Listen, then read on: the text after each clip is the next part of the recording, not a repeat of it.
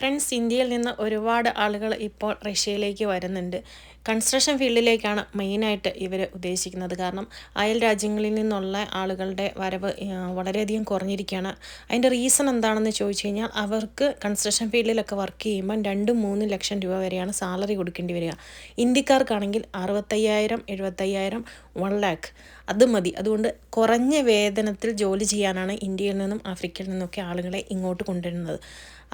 ഇതിൻ്റെ നെയ്ബർ രാജ്യങ്ങളിൽ നിന്നുള്ള ഉസ്ബെക്ക്, താജിക്കുകളെല്ലാം അത്രയും കുറഞ്ഞ സാലറിയിൽ ജോലി ചെയ്യാൻ പറ്റത്തില്ല എന്ന് പറഞ്ഞതുകൊണ്ടാണ് ഇവിടുന്ന് പോയിരിക്കുന്നത്. അപ്പോൾ അത് നിങ്ങൾ മനസ്സിലാക്കുക. ഇതുപോലെയുള്ള ഹൗസിൽ ജോലി താമസിച്ച് അതിൻ്റെ തൊട്ടടുത്ത് തന്നെയായിരിക്കും നിങ്ങളുടെ കൺസ്ട്രക്ഷൻ കാര്യങ്ങൾ, വർക്ക് സൈറ്റ് വരുന്നത്. അപ്പം അങ്ങനെയുള്ള ആ ഒരു വർക്ക് സൈറ്റിലാണ് നിങ്ങൾ കൂടുതലും ജോലി ചെയ്യേണ്ടി വരിക. അതുകൊണ്ടാണ് ഞാൻ ഈ ഒരു വീഡിയോയിൽ ഇതെല്ലാം ഉൾപ്പെടുത്തിയിരിക്കുന്നത്. നിങ്ങൾക്ക് വർക്ക് സൈറ്റുകൾ കാണാൻ പറ്റും, പരിചയപ്പെടാൻ പറ്റും. ഇനി മുതൽ അങ്ങോട്ട് കോൾഡാണ്. ശരിക്കും പറഞ്ഞാൽ വെതർ ചേഞ്ച് ചെയ്തിട്ടുണ്ട്. -25 വരെ എത്താറുണ്ട് പല സ്ഥലങ്ങളിലും. അപ്പോൾ അതിന് പ്രൊട്ടക്റ്റ് ആവുന്ന രീതിയിലുള്ള ഡ്രസ്സ് കാര്യങ്ങൾ ധരിക്കുക, അസുഖങ്ങൾ വരാതെ നോക്കുക. ഇതൊക്കെയാണ് നിങ്ങളുടെ വർക്ക് സൈറ്റ് എന്ന് പറയുന്നത്. ടോയ്ലറ്റൊക്കെ വളരെ പരിമിതമായ രീതിയിലുള്ള ടോയ്ലറ്റ് അറേഞ്ച്മെൻറ്റും കാര്യങ്ങളും ഒക്കെയാണ് നിങ്ങൾക്ക് വരിക. ഇത് ഔട്ട് ഓഫ് മോസ്കോയിലെ ഒരു സ്ഥലമാണ്. അപ്പോൾ ഇതുപോലുള്ള സ്ഥലങ്ങളിലായിരിക്കും നിങ്ങളെ വർക്കിനായിട്ട് കൊണ്ടുപോവുക. അതേപോലെ തന്നെ നിങ്ങളുടെ സാലറിയുടെ കാര്യങ്ങളിലെല്ലാം നിങ്ങൾ ഉറപ്പ് വരുത്തുക. നിങ്ങളുടെ വർക്ക് സൈറ്റും അതുപോലെ താമസ സ്ഥലങ്ങളും ഒക്കെ സേഫാണെന്ന് ഉറപ്പ് വരുത്തുക. ഇങ്ങനെയുള്ള കാര്യങ്ങളാണ് നിങ്ങൾ ചെയ്യേണ്ടത്. റഷ്യയിലേക്ക് ജോലി എന്ന് പറയുമ്പോൾ ചാടിക്കയറി വരികയല്ല വേണ്ടത്. എല്ലാ കാര്യങ്ങളും ഡീറ്റെയിൽ ആയിട്ട് ചോദിച്ച് അതിന് നിങ്ങൾക്ക് പറ്റുമോ ഇല്ലയോ എന്നൊക്കെ ചിന്തിച്ചതിന് ശേഷം കയറി വരിക. കഴിവതും വർക്ക് വിസയിൽ കയറി വരിക. ബിസിനസ് വിസ, അതേപോലെ തന്നെ ഈ വിസയിലൊക്കെ, അതൊക്കെ ടൂറിസ്റ്റ് വിസയാണ്. അതിനൊക്കെ കയറി വന്നു കഴിഞ്ഞാൽ നിങ്ങൾ ഓൾറെഡി ഇല്ലീഗലായി കഴിഞ്ഞു. അപ്പോൾ നിങ്ങൾക്ക് എന്ത് സംഭവിച്ചാലും നിങ്ങൾക്ക് സാലറി തരാതിരിക്കാം, സാലറി വളരെ ലോ ആയി പോവാം. അതുകൊണ്ട് അതൊക്കെ നിങ്ങൾ ശ്രദ്ധിക്കുക. അതിനൊന്നും നിങ്ങൾക്ക് പരാതിപ്പെടാൻ പറ്റത്തില്ല. കാരണം നിങ്ങളുടെ വിസ ഓൾറെഡി ഇല്ലീഗലാണ്. അതുകൊണ്ട് നിങ്ങൾ വർക്ക് വിസയിൽ മാത്രം കയറി വരിക. കമ്പനിയുടെ കോൺട്രാക്റ്റ് നിങ്ങൾ നിർബന്ധമായിട്ടും ചോദിച്ചു വാങ്ങുക, അത് സൈൻ ചെയ്യുക. അതിനകത്ത് സാലറി, നിങ്ങളുടെ അക്കോമഡേഷൻ ഇതൊക്കെ മെൻഷൻ ചെയ്തിട്ടുണ്ടെന്ന് ഉറപ്പുവരുത്തുക. ഞാൻ ജസ്റ്റ് ഇൻഫർമേഷൻസ് മാത്രമേ പറയുന്നുള്ളൂ. ഞാൻ വിസ ചെയ്യുന്ന ഒരാളല്ല. ഇവിടുത്തെ സാഹചര്യങ്ങൾ നിങ്ങളെ കാണിച്ചു തരാൻ വേണ്ടി മാത്രമാണ് ഈ വീഡിയോ ചെയ്യുന്നത്. പിന്നെ ഒരു കാര്യം കൂടെ, റഷ്യയിലേക്ക് വരുന്ന ഒരു നിർബന്ധമാണ് റഷ്യൻ കൾച്ചറും കാര്യങ്ങളും അറിഞ്ഞിരിക്കുക.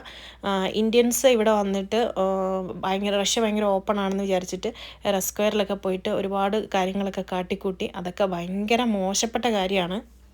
ഫ്രണ്ട്സ്, റഷ്യയുടെ ഹാർട്ടായ റെസ്ക്വയറിലെയും ലെനിൻ്റെ മുസോളിയമാണിത്.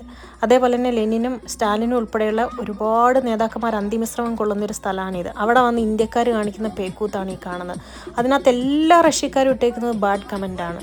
നമ്മൾ ഏത് നാട്ടിൽ നമ്മളെ അനുവദിച്ചാലും നമ്മൾ ഇതുപോലെയുള്ള പേക്കൂത്തുകൾ കാണിച്ച് അവരുടെ കൾച്ചറിനെയും ട്രഡീഷനെയും ഒക്കെ നശിപ്പിച്ച് നമ്മുടെ രാജ്യത്തിന് ചീത്തപ്പേരുണ്ടാക്കും.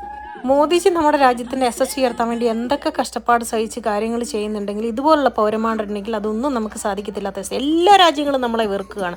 കഴിഞ്ഞ പ്രാവശ്യം ഞാൻ കണ്ട കാഴ്ച, ഇതുപോലെ സോൾജിയർ മാർച്ച് നടത്തി 24 hours കാവൽ നിൽക്കുന്ന അവരുടെ ഒരു മോണ്യുമെൻ്റാണിത്. Second world war monument. അതിൻ്റെ ഫ്രണ്ടിലിരുന്ന് KFC കഴിക്കുന്ന ഇന്ത്യക്കാരെയാണ് ഞാൻ കണ്ടത്. അവിടെ എങ്ങും ആരും ഭക്ഷണം കഴിക്കാറില്ല. നമ്മളെന്താണ് ഇങ്ങനെ പെരുമാറുന്നതെന്ന് ചിന്തിച്ച് നോക്കണം. തലതെറിച്ച മക്കളുണ്ടെങ്കിൽ കുടുംബത്തിൻ്റെ അപ്പൻ്റെ ഒക്കെ പേര് മോശമാവും എന്ന് പറയുന്ന പോലെയാണ്. ഇതുപോലെയുള്ള കുറേ എണ്ണങ്ങൾ പല രാജ്യങ്ങളും പോയിട്ടുണ്ടെങ്കിൽ ഇന്ത്യയുടെ പേര് എന്തായാലും മോശമാവും. എഡ്യൂക്കേഷൻ കൊണ്ട് ഉദ്ദേശിക്കുന്ന മറ്റുള്ള രാജ്യത്ത് പോയാൽ എങ്ങനെ പെരുമാറണം എന്നുകൂടിയാണ്. ഈ രാജ്യത്തൊക്കെ ഉള്ളതുപോലെ തന്നെ 16 വയസ്സ് മുതൽ 20 വയസ്സ് വരെയുള്ള എല്ലാ പൗരന്മാരും നിർബന്ധിത മിലിറ്ററി സേവനം അനുഷ്ഠിക്കുകയാണെങ്കിൽ നമുക്കൊക്കെ ഡിസിപ്ലിൻ ഉണ്ടാവും. അതേപോലെ തന്നെ സെൽഫ് പ്രൊട്ടക്ഷൻ എന്താണെന്ന് നമ്മൾ പഠിക്കും. അതിനേക്കാട്ടിലുപരി രാജ്യസ്നേഹം എന്താണെന്ന് നമ്മൾ പഠിക്കും. ഇതൊക്കെ കഴിഞ്ഞ് മറ്റൊരു രാജ്യത്തേക്ക് പോകുന്ന ഒരാളും ആ രാജ്യത്തിൻ്റെ കൾച്ചറിന് എതിരായിട്ടോ ട്രഡീഷനെതിരായിട്ടോ പെരുമാറുകയില്ല. അതുകൊണ്ട് ഇതെൻ്റെ അഭിപ്രായമാണ്. നിങ്ങൾക്ക് നിങ്ങളുടെ വിലയേറിയ അഭിപ്രായങ്ങൾ, നിങ്ങളുടെ എക്സ്പീരിയൻസും ഷെയർ ചെയ്യാവുന്നതാണ്. ഇനി നമുക്ക് അടുത്ത വീഡിയോയിൽ കാണാം. താങ്ക്